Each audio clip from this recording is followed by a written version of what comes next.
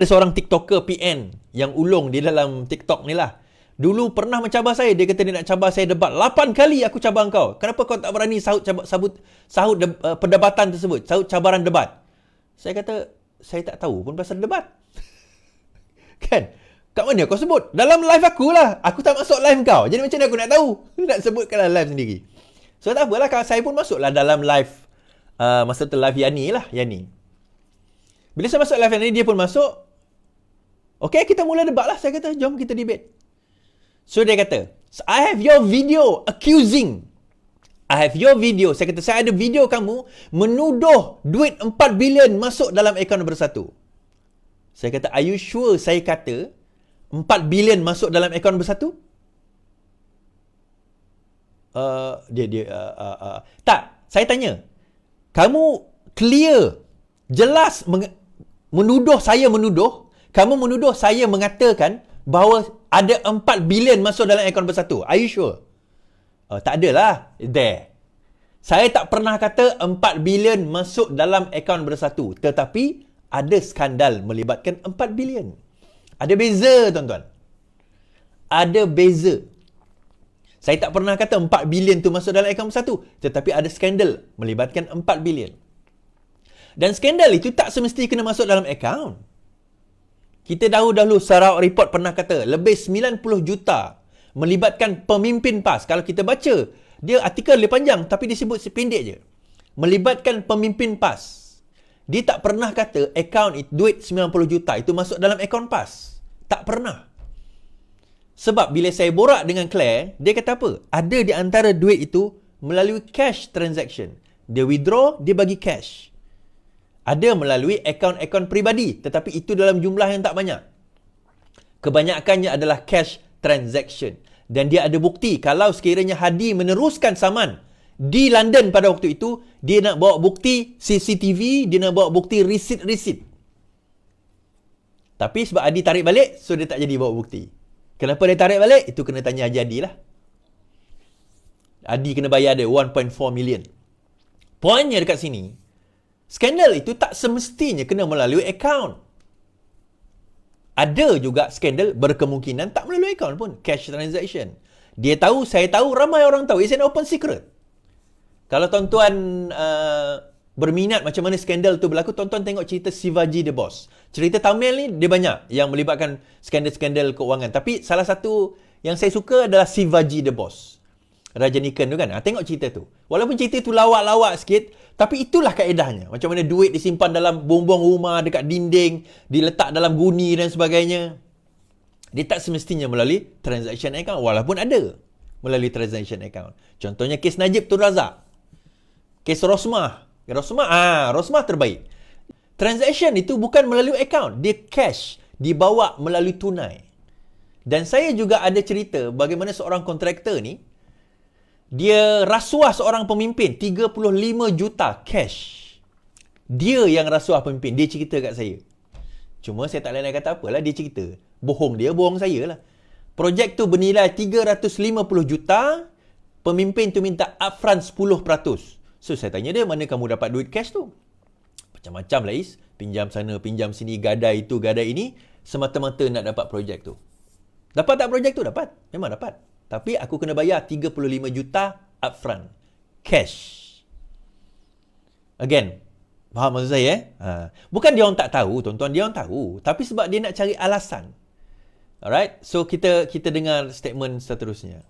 Ini daripada blog. Saya biasa jarang ambil daripada blog. Tapi yang ni daripada blog ni saya nak tunjuk je lah.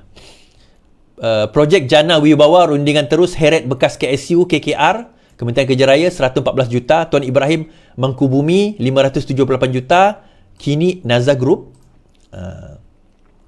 Mengapa banyak projek Jana Wibawa rundingan terus ditangkap SPRM? Bekas KSU, KKR libatkan 114 juta. Mangkubumi Tan Sri Zainuddin dan Tuan Ibrahim libatkan 578 juta. Sepupu menantu Muhyiddin juga dapat Jana Wibawa. Sepupu menantu Muhyiddin. Bukan menantu Muhyiddin, sepupu dia. Kini Naza Group juga diberi Muhyiddin. Projek dengan terus ratusan juta sering disebut program Jana Ekonomi Pengangkatan Kontraktor Miputra Wibawa, Jana Wibawa. 11 Januari lalu 4 pengarah syarikat ditahan setelah disyaki dalam kegiatan rasuah untuk mendapatkan projek khas kerajaan di bawah Jana Wibawa Jalan Tangkak Segamat bernilai 114 juta. Ini Tan Sri Zohari Akub dan pengarah syarikat ini yang barulah. Keempat-empat dilaporkan berusia 38 dan 65 tahun itu ditahan di Ibu Pejabat SPRM. Bagaimanapun, media tidak menyebut suspek berusia 65 tahun sebagai orang tengah merupakan Datuk Seri Zohari Akub, bekas Ketua Setiausaha Kementerian Kerja Raya bersara 2019 yang meminta dan menerima rasuah daripada dua pengarah syarikat tersebut dengan dibantu oleh seorang lagi suspek, iaitu pengurus besar. Ini salah satunya. So, bila kita cerita tentang Jana Wibawa ni nanti, tuan-tuan, benda tu akan sentiasa bermain. Sebab ada satu berita berkenaan Jana Wibawa juga saya bawakan. Benda ni akan selalu keluar nanti. Projek Jana Wibawa 5.7 bilion diarah tangguh, teliti tata cara perolehan. Kementerian Keuangan telah mengarahkan projek Jana Wibawa ditangguh, pelaksanaannya bagi meneliti semula sama ada tata cara perolehannya mengikut peraturan ditetapkan perbendaraan, kata Timbalan Perdana Menteri Datuk Seri Ahmad Zahid Hamidi.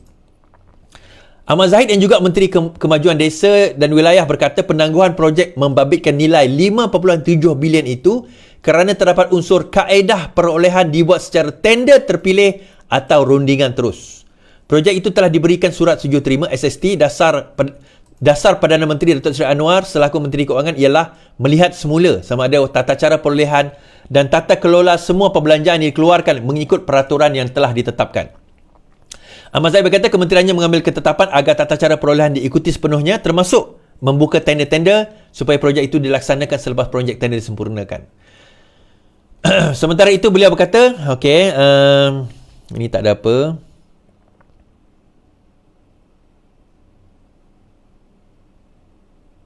Dalam pengembangan berkaitan, Ahli Parlimen Sepanggar Datuk Aziz Jaman dipetik sebagai meminta Kementerian Keuangan memberi penjelasan mengenai pelaksanaan Jana Wibawa, iaitu program Jana Ekonomi Pemekasan Kontraktor Bumiputera Berwibawa berkaitan satu kontrak runding terus yang dianugerahkan kepada sebuah syarikat Samling Resources Sdn Bhd, ini Sarawak punya syarikat, bagi membina Jalan Sarawak Sabah Link Road dari persimpangan Long Lopeng di Lawas berjumlah 1.13 bilion. Menurutnya berdasarkan penjelasan Menteri Keuangan kepada soalan asal Ahli Parlimen Labuan Datuk Rozman Isli menyatakan kriteria memberi kaedah pengecualian perolehan terus berdasarkan 5 kriteria. Kriteria tersebut adalah kepentingan awam, penyelagaman barang, ketiga berkaitan memegang franchise, membaikkan keselamatan strategik, kontrak membaikkan syarikat Bumiputera. Okey. So, kalau kita tengok dekat sini, projek Jana Wibawa ni antara perkara yang disebut. Asal projek itu memang sebenarnya untuk katanya membantu Bumiputera. Tetapi berdasar kita sekarang ini, bukan nak kata 5.7 bilion tu projek tu semuanya rasuah. Tak. Anwar meneliti kembali cara dan tata cara bagaimana projek itu dianugerahkan kepada kontraktor-kontraktor. So, dalam pada itu tuan-tuan, dia umpama fishing in the sea lah. Mungkin 4.7 whatever bilion, 5 bilion tu mungkin tak ada masalah kebanyakannya. Tetapi rasuah ni tuan-tuan, dia tak perlu jumlah, dia bukan kuantum. Tu saya kata kes 1MDB 40 bilion. Najib kena 250 juta je.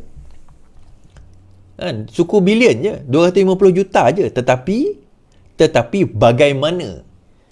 Kita lihat kena 12 tahun. Kan? Daripada 40 bilion tu mungkin bukan 40 bilion tu pun yang akan kena pada Najib, tapi yang sangkut kat mana? Yang sangkut tu yang sebenarnya dia orang risau. Tak perlu 4 bilion tu pun. Dia yang penting yang sangkut 10 juta, 5 juta, 500 ribu, 100 ribu pun, 2 ribu pun boleh masuk penjara tuan-tuan. Cuma kuantum dia berlainan lah. Denda dia berlainan. Tapi penjara mungkin boleh sama. Denda dia berlainan berdasarkan kepada 5 kali jumlah suapan. Mari kita tengok siapa yang kena. Tuan-tuan. Sekian, terima kasih saya ucapkan. Assalamualaikum warahmatullahi wabarakatuh. Yang penting, lawan. Tetap lawan. Assalamualaikum.